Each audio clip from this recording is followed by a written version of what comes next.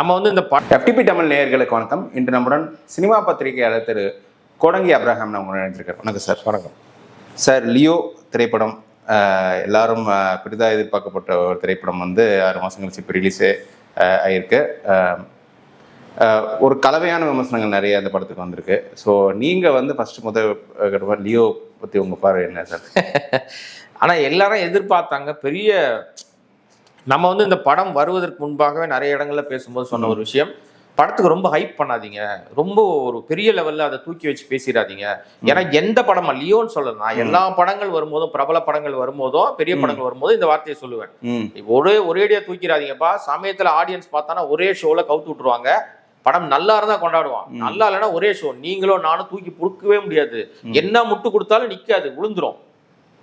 அதனால அவசரப்படாதீங்கன்னு நான் பல இடங்கள்ல சொன்னேன். ஆனா சில பேர்லாம் 1000 கோடி 2000 கோடி இந்த ஒரு படத்துல வரும் பாருங்க, ஊரை தெரிஞ்சுக்கிட்டேன்னா ஒரு படத்துல சேர் வியாபாரம் பண்ணுவாரு பாண்டியராஜன் படத்துல, எல்லாம் பூரா அந்த மாதிரி ஆயிப்போச்சு, அந்த காமெடி மாதிரி ஆயிடுச்சு.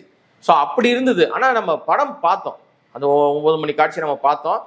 படத்துல வந்து இதுக்கு முன்னாடி ஏற்படுத்தின ஹைப்ல ஒரு துளி கூட அதுல வந்து நமக்கு முழுமை பெறவே இல்லை. என்னத்துக்காக விஜய வந்து இவ்வளவு தூரம் கூட்டு போய் லோகேஷ் வந்து காலி பண்ணிட்டாருன்னு தான் தோணுச்சு. ஏன்னா முதல் ஹாஃப் என்ன பண்ணிட்டு இருக்காங்க, என்ன செய்ய போகுது தெரியாத அளவுக்கு ஏதோ ஒன்று விஷயம் போச்சு. செகண்ட் ஹாஃப் வந்து சுத்த மோசம் சார். எங்க புறப்பட்டுச்சு எங்க முடிஞ்சதுன்னே தெரியல. இன்னொரு விஷயம், காஷ்மீர்ல போய் ஏன் ஷூட் பண்ணாங்க? இது உள்ளூர்லயே செட்டு போட்டு எடுத்துக்கலாமே. இப்ப காஷ்மீர்ன்றது ஆர்டிகல் 370 எப்போ கேன்சல் ஆச்சோ அதுக்கப்புறம் நடக்கிற ஷூட்டிங், பர்மிஷன் கிடைச்சி ஷூட்டிங். காஷ்மீர் வந்து உலகத்திலே மிக அழகான பிரதேசம்னு நாம எல்லாம் படிச்சிருக்கோம். நான் போனதில்லை, படிச்சிருக்கோம், நிறைய சொல்றாங்க, அதுதான் நமக்கு தெரியும். அப்ப அந்த அழகியலை நமக்கு கண்ணு முன்னாடி காட்டுறதுக்கு தான் இந்த சினிமாக்கள்லாம் உதவும்னு சொல்லி நம்ம நம்புறோம் இல்லைங்களா? இப்ப சுவிட்சர்லாந்து போறாங்க, வெளிநாடுகள்லாம் ஏன் போறாங்க? அங்க உள்ள பூரா மாண்டேஜஸ் எடுத்துட்டு ஒரு சாங் வைக்கிறாங்க. அப்ப நம்ம அந்த ஊருக்கே நம்ம போய் பார்த்த மாதிரி ஃபீல் பண்ணிக்கிறோம். அப்படித்தான் படங்கள் வந்து பாடல்கள் வெற்றி பெறுது, படங்கள் வெற்றி பெறுது. காஷ்மீர் போனீங்களே, என்ன எக்ஸ்டீரியர் வச்சீங்க நீங்க? வெளிப்புற படப்பிடிப்பு என்ன பண்ணீங்க? ஒரு அந்த என்னது ஒரு கழுத புலி சைனா இது கூட சண்டை போடுற மாதிரி ஒரு காட்சி வச்சீங்க. அதை விட்டீங்கன்னா ஒரு மார்க்கெட்ல ஒரு சண்டை வச்சிருக்கீங்க, அவ்வளவுதான். மீதி ஃபுல்லாவே வீட்டுக்குள்ளேயே வச்சிருக்கீங்க. இந்த வீட்டுக்குள்ளேயே அடுப்பை மூட்டி வைக்க, இதுதான் காஷ்மீர் சொல்றதுக்கு இங்கேயே செட்டு போட்டு பண்ணிக்கலாமே. இது எதுக்கு சார் 300 கோடி ரூபாய் செலவு?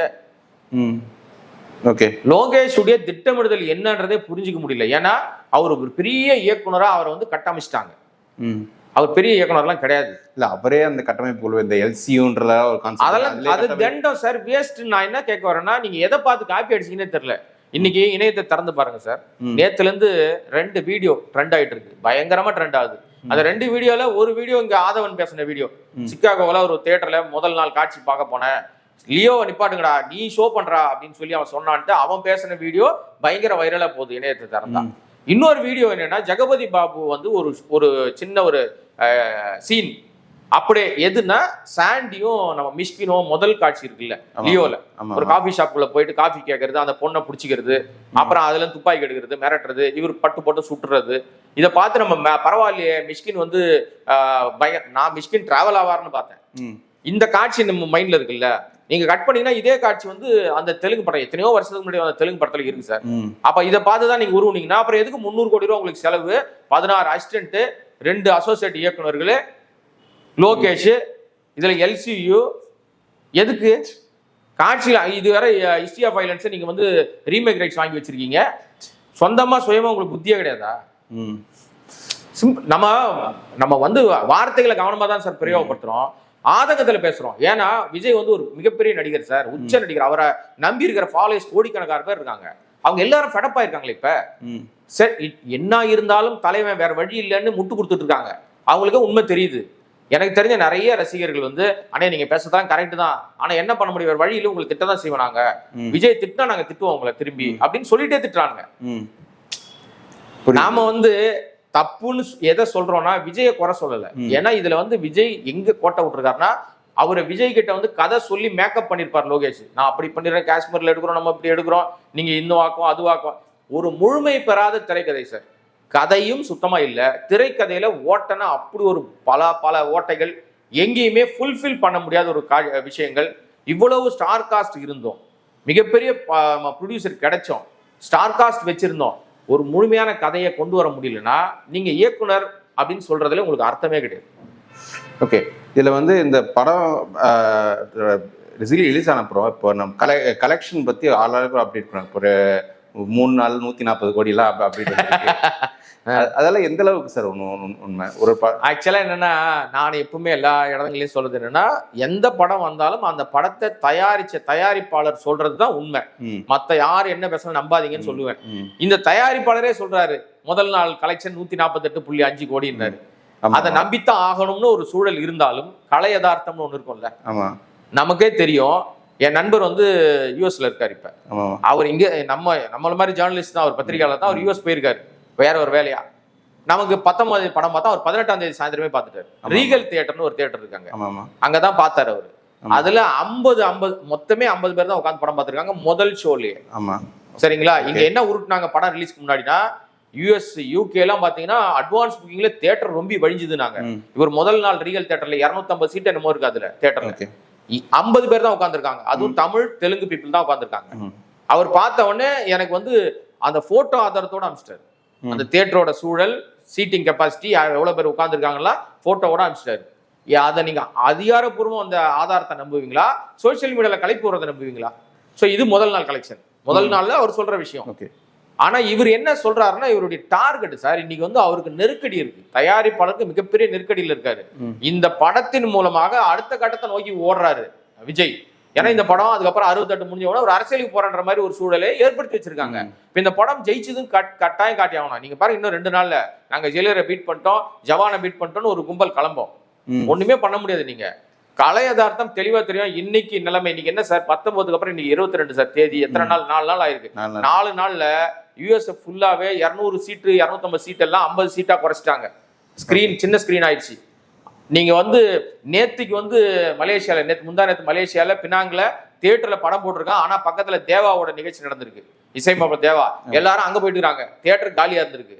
துபாயில ஷோ வந்து கேன்சல், ஷோ குறைச்சிட்டாங்க.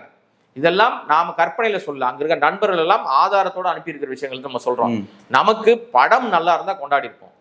படம் தப்பா இருக்கு புரிஞ்சுங்கன்னு சொன்னா, நான் வந்து அந்த அந்த இன்னொருத்தர் இருக்காரு, அந்த ஆடை படத்தோட இயக்குனர் ரத்னான்னு ஒருத்தர், ரத்னகுமார். அவர் அள்ளி விடுற அளவுக்கு எல்லாம் உலகமாக வடை சுட்டு இருக்காரு. லோகேஷ் தூக்கி பிடிங்க வேணான்னு சொல்ல, இந்த அளவுக்கு தூக்கி பிடிக்காதீங்க. அடிப்படையில் தெரிஞ்சு போச்சு, மக்கள் வந்து ரசிகர்களே வந்து பயங்கர வெறுத்துட்டாங்கன்னு. ஆனா இண்டஸ்ட்ரி ஹிட்னு ஒரு விஷயம் வருது. இப்ப சார் முதல் நாள் 148.5 கோடின்றாங்க சார். இதுல என்ன காமெடினா, எங்க நீங்க வந்து முரண்பாடை யோசிக்கிறீங்கன்னா, 10,000 ஸ்கிரீன் மேல போட்ட ஜவான், உலகம் முழுக்க போட்ட ஜவானே கம்மியா தான் சொன்னாங்க அமௌண்ட்டை.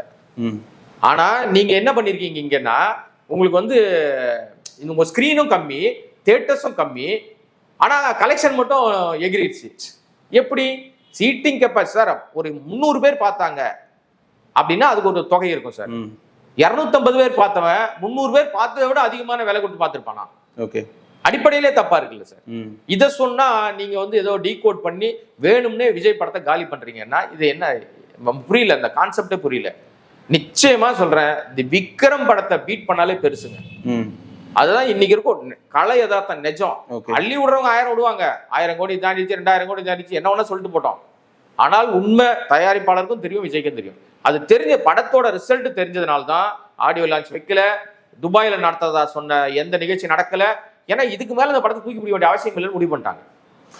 இந்த படம் அப்ப எங்க சார் போட்டு விட்டுருப்பாங்க நினைக்கிறேன். எனக்கு கண்டிப்பா ஃபர்ஸ்ட் திரு லோகேஷ் கனகராஜ் பேட்டி கொடுக்கும்போது எனக்கு வந்து மாஸ்டர் பண்ணும்போது போதுமான டைம் கிடைக்கல ஸ்டோரியில ஒர்க் பண்றதுக்கு. நான் விஜய் போன்ற நடிகர் வாய்ப்பு கிடைச்சேன், டக்குன்னு நான் எடுத்து நான் பண்ணிட்டேன்.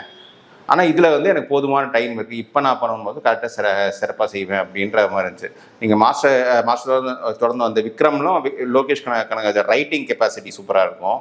அதுக்கு முன்னாடி வந்த கைதியிலையும் பக்கம் இருக்கும். ஆனா அந்த லோகேஷ் கனகராஜ் ஏன் இந்த படத்துல ஒரு விஜய்ன்ற அந்த ஸ்டாரை வந்து ஹேண்டில் பண்ண அவர் தெரியலையா? இல்ல, நீங்க அதே ஸ்டாரை தானே நீங்க மாஸ்டர்ல யூஸ் பண்ணாரு. ஸ்டார் 50-50 சொல்லிட்டு பேலன்ஸ் பண்ணிக்கிட்டாங்க. இதுல தயாரிப்பாளரே பேட்டி கொடுத்துருக்காரு, நேற்று எல்லாம் பேசியிருக்காரு. நாங்க வந்து அட்வைஸ் பண்ணோம் லோகேஷ்க்கு, இதை மாத்து அதை மாத்து இதை விஷயம் இதை மாத்துலாம் சொன்னோம்லாம் அவர் சொல்லியிருக்காரு. எது நடந்த உண்மை நமக்கு தெரியல, ஆனால் நிச்சயமாக ஒரு முரண் கண்டிப்பா இருந்திருக்கும். விஜய்க்கும் லோகேஷ்க்கும் நிச்சயமா முரண் இருக்கும். நான் இதை முதல்ல சொல்லும் போதே என்னை எல்லாரும் கழுவி ஊத்துறாங்க. உங்களுக்கு எப்படியா தெரியும் சண்டை போட்டதுன்னு? படம் ரிசல்ட் பல்ல காட்டிச்சு இல்ல சார். நீங்க ஃபைன் டியூன் பண்ணி என்னன்னா, நீங்க என்ன சண்டை போட்டாலும் அவுட் புட் கரெக்டா கொடுக்கணும். அடிச்சு கட்டி உருண்டா கூட படம் ஒழுங்கா கொடுத்துட்டீங்க, அந்த சண்டை எல்லாம் வெளியில வராது. இப்போ நீ உங்களுக்குள்ள என்ன பிரச்சனை ஆச்சு, படத்துல அவுட்புட் தெரிஞ்சு போச்சு. இது உண்மையான லோகேஷ் படமா இருக்குதா, எனக்கு டவுட்டா இருக்கு. உண்மையான விஜய் படமா இருக்கா, அதுலயும் டவுட்டா இருக்கு. அப்ப யார் படம்? லோகேஷ் டைரக்டே பண்ணலன்னு நான் சொல்றேன். நான் ஏன் சொல்றேன்னா ஆதாரத்தோட சொல்றேன். எப்படின்னா 10% இருந்து 20% லோகேஷ் பண்ணிருப்பாரு, பாக்கி பூரா 5 சண்டை இருக்கு சார். சண்டே வந்து லோகேஷ் பண்ண மாட்டாரு, பண்ண தெரியாது. பண்ணது பூரா அன்பறிவு. ஓகே, ஆல்மோஸ்ட் 60% டைரக்ஷன் அவர் பண்ணிட்டாரா. Dance master Dinesh, okay, dance master அந்த ஒரு பாட்டை அவர் தான் பண்ணிருப்பாரு. அவர் டான்ஸ் ஆடுறதோட சரி, இவர் வேடிக்கை பார்த்திருப்பாரு லோகேஷ். அந்த அது ஒரு டைம் அவர் எடுத்துக்கிட்டாரா. மீதி இருக்கிற இடத்த தான் இவர் பண்ணிருக்கணும். அப்ப முழுமையான லோகேஷ் படம் இல்ல, வேடிக்கை பார்த்த படம். இதுல நீங்க நிறைய லாஜிக் ஓட்ட என்ன சொல்ல வரோம்னா, திரைக்கதையில எங்கேயாவது ஒரு இடத்துல ஒரு உருவுனீங்கன்னா அந்த படம் குறைஞ்சிடணும் சார். நீங்க எதை உருவி போட்டாலும் ஒன்றும் பிரச்சனை இல்லை. இப்ப கழுதைப்புலி கதை சொல்றாங்கல்ல, அடிப்படையில இயல்புலயே இல்லாத ஒரு விஷயத்த திணிக்க பாக்குறாங்க. கழுதைப்புலி மனிதர்களோட ஒட்டவே ஒட்டாது, ஒரு பாயிண்ட். ரெண்டாவது பாயிண்ட் வந்து கழுதைப்புலி உயிரோடு இருக்கிற யாரையும் அட்டாக் பண்ணலாம் பண்ணவே பண்ணாது, அது பயந்து ஓடும். அதோட வாழ்க்கை முறை என்ன தெரியுமா சார்? இறந்து போன ஏற்கனவே ஏதோ ஒரு மிருகம், ஒரு பெரிய மிருகம் அடிச்சு அது சாப்பிட்டுட்டு மிச்சமா போட்ட உணவை, அந்த மீதி இருக்கிற மாமிசத்தை, அழுகி போன மாமிசத்தை தான் சாப்பிடும். இங்க அது தப்பா காட்டுறீங்களா? சரி, அது கூட விளையாட்டு கூட எடுத்துக்கலாம். ஆனால் அது வீட்டுல வளர்க்குறேன்னு காட்டுறாங்க பாருங்க, அபத்தத்திலையும் அபத்தங்க.